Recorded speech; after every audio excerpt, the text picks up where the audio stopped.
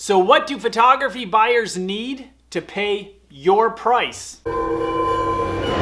Welcome to the Pricing for Photographers channel. This is the channel that you subscribe to help you, to support you, to make your photography business profitable. So in the last video, I talked about the fact nobody needs a photographer, and as a photographer, why you should agree and what you need to understand about that statement.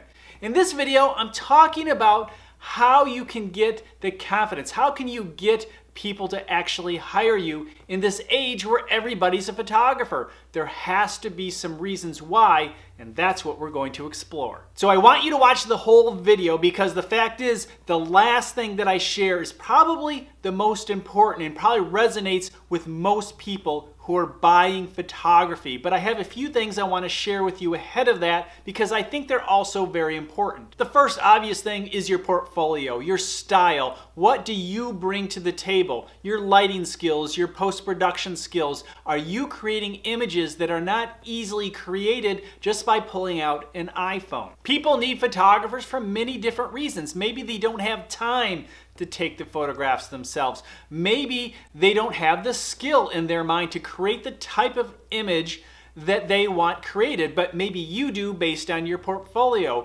Maybe they have better things to do. They need to focus on one thing, but need a photographer to focus on the photography alone while they do more important, in their mind's eye, things to accomplish the task in front of them. The fact is, the best photograph from an event, such as a wedding or maybe a news event, may come from an amateur photographer. But the difference between an amateur photographer and a professional photographer is consistency. So understanding that you bring consistency to the table, that is a very big selling point. It's helpful to share that information with people who are considering or maybe on the fence about hiring a photographer. The next reason why people hire a photographer is because of the relationship. They trust them, they understand. And this leads me to that last thing I was talking about earlier. But the relationship, your personality, the way you do business certainly gives people confidence to hire you or rehire you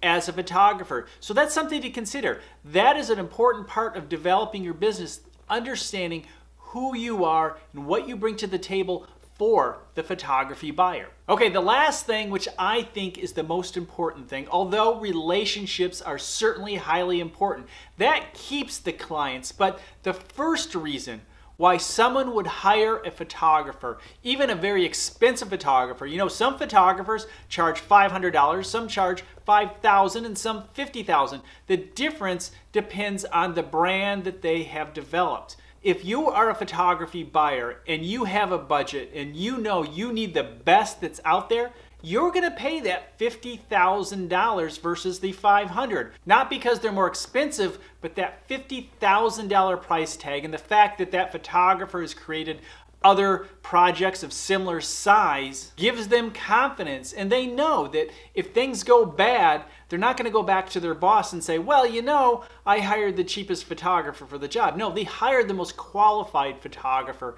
for the job. So what is the number one thing a photography buyer needs when hiring a photographer? They're looking for a way to lower the risk. And if you can be the best solution, in other words, decrease the risk of hiring a photographer, because hiring a photographer is risky. And if you've never worked with that photographer, it's a risk that you're taking for a lot of money in most cases. So that is why somebody may be more willing to pay a lot more, because they know the risk is much lower by hiring the more expensive photographer than the least expensive photographer. And sometimes it seems less risky to hire the cheap photographer, which is pretty common.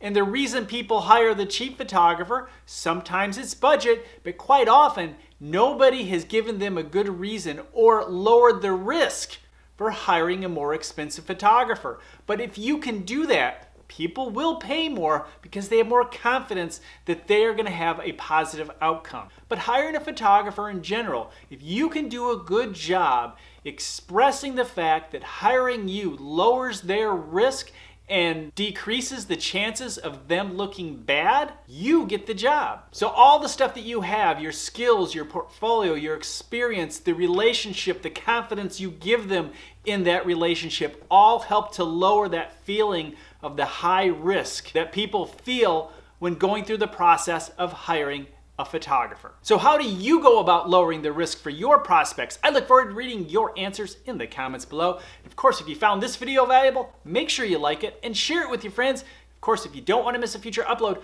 be sure to hit that bell icon so you're notified when I upload and go live next Monday.